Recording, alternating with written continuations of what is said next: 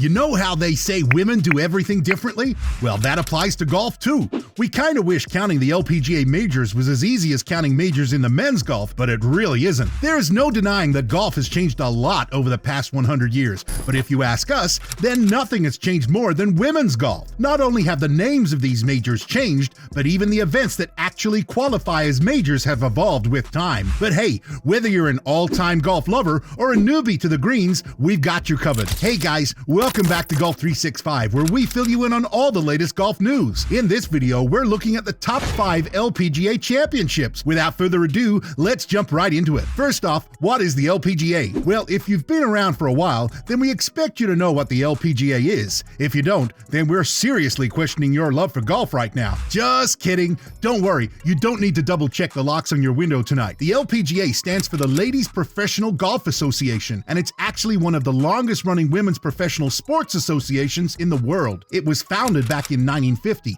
and since then, it's grown from being a simple playing tour to a huge non-profit organization that's involved in every facet of golf that you could think of. And if we're being fully honest, then the LPGA Tour and the LPGA Professionals are basically the backbone of women's golf today. Speaking of that, the LPGA Professionals began in 1959 as an extension of the LPGA Tour. It has the largest membership of women golf professionals in the world. That includes instructors, coaches, and even business managers. These highly qualified individuals go through a very comprehensive curriculum to make sure they know about the newest golf fans and trends. At the moment, the LPGA Professionals Board has around 1,800 people who lead the golf industry as head professionals, assistant professionals, directors of golf, owners of golf schools, and much, much more. And if that wasn't enough, the LPGA Professionals also support the multiple LPGA grassroots programs that are designed to bring more women and youth into golf. Now, have you heard of the Epsom Tour? The Epsom Tour is actually known as the Road to the LPGA, which means it's the official qualifying tour. Every year it brings the top 10 players into the LPGA Tour. Now, this tournament is a 3-stage process, and if you end up in the top 10, then you'll get yourself an LPGA and Epsom Tour membership for the next year. And hey, Nelly Corda, Lorena Ochoa, and Invi Park are all Epsom Tour graduates who played so well that they've risen to the #1 position in the Rolex rankings. But what comes after the Epsom Tour? That's right, the majors. In 2023, all LPGA Tour members are coming head-to-head for a whopping $101.4 million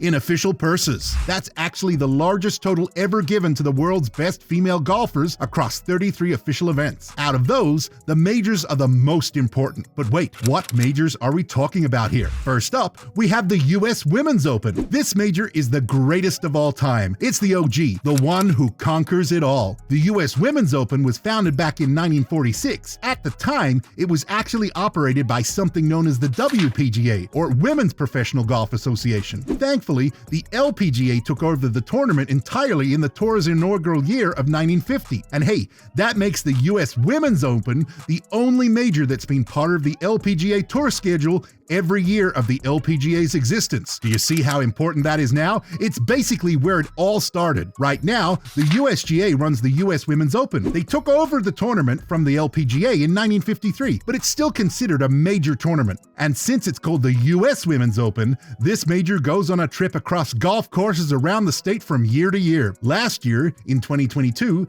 it was played at the Pine Needles Lodge and Golf Club in Southern Pines, North Carolina. And of course, how could we forget the way that Minjee Lee took her second ever major title after playing 271 playoffs and finishing 4 strokes ahead of runner-up Mina Hargay. That was surely a Sunday to remember. Moving on, we've got the Women's PGA Championship. We should actually be calling it the KPMG Women's PGA Championship because of its sponsorship. But hey, that's just too many words, right? Anyway, whatever you call it, this major is conducted by the PGA of America in collaboration with the LPGA Tour. Back when the tournament was founded in 1955, it was actually known as the LPGA Championship. Then, in 2015, the LPGA passed ownership to the PGA of America, and that's when it was renamed. And hey, apart from the name, a lot more has changed here too. Back in the day, it used used to be a match play event, but eventually became a stroke play tournament. Nowadays, the Women's PGA Championship is known to feature all of the top female professional golfers from around the world, and whichever one of them wins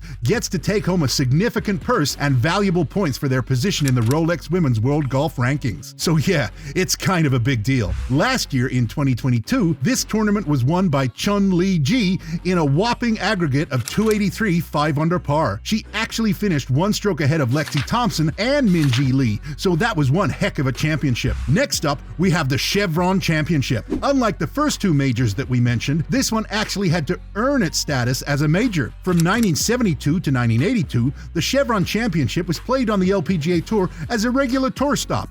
It wasn't a big deal, there were no headlines about it, and it wasn't attracting the top talent from across the world. Then, in 1983, the LPGA elevated the tournament to a major championship, and that's when it suddenly became a really big deal. Since then, the Chevron Championship has had the major status, and it doesn't plan on being demoted anytime soon. But hey, you might not recognize the name Chevron Championship, and we don't blame you for it. Over the years, this major has gone by many different names. From 1972 to 1980, it was called the Colgate-Dina Shore Winners' Circle. Then, in 1981, they decided that was too many words and renamed it to the Colgate-Dina Shore.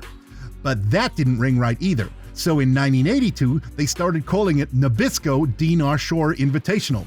Then again, that was too many words, so they renamed it the Nabisco-Dina Shore, and that name lasted from 1983 to 1999. Then, in 2000 and 2001, it became known as just the Nabisco Championship. And finally, we settled on a more permanent name, the Kraft Nabisco Championship, from 2002 to 2014. After that, from 2015 to 2021, it was called the ANA Inspirational. And now, from 2022 onwards, it's called the Chevron Championship. Quite a wild ride, right? Well, the one thing that doesn't change about this major is where it's played. From 1972 to 2022, it took place annually at the Mission Hills Country Club in Rancho Mirage, California. And then, for the first time in 2023, the tournament took place in the greater Houston, Texas area, more specifically at the Jack Nicklaus Signature Course in the Woodlands. And speaking of new things, Lilia Vu won the Chevron Championship this year, which was actually her first ever major. Now, let's move on to the Women's British Open. And yeah, we're calling it by its original name. Just hold on for a minute for that story. The Women's British Open was first played in 1976. Back then, it was run by the Ladies Golf Union, and get this, it wasn't even an LPGA Tour event. A few years later, in 1984, the LPGA decided to recognize it as an official tournament, but that was only short-lived. Then, 10 years later, in 1994, the Women's British Open finally became a permanent part of the LPGA Tour. After that, in 2001, it became one of the majors. Now, let's talk about the name issues. The thing is that this major has had many title sponsors over the years, like Weetabix, Ricoh, and AIG. Most recently, R&A, the company that owns AIG, decided to remove the British qualifier and just call the major the AIG Women's Open, similar to their men's championship. So, enough with the technicalities. This major brings together an international field of 144 players who compete for the championship trophy, with the low amateur who plays 72 holes. Right now, the South African golfer Ashley Buhai is the defending AIG Women's Open champion after her tremendous victory at Muirfield in 2022, and we can't wait to see who wins it this August. Finally, we have the Evian Championship. Last but definitely not least, this major was founded by the Ladies European Tour in 1994. The LPGA first started co-sanctioning it in 2000,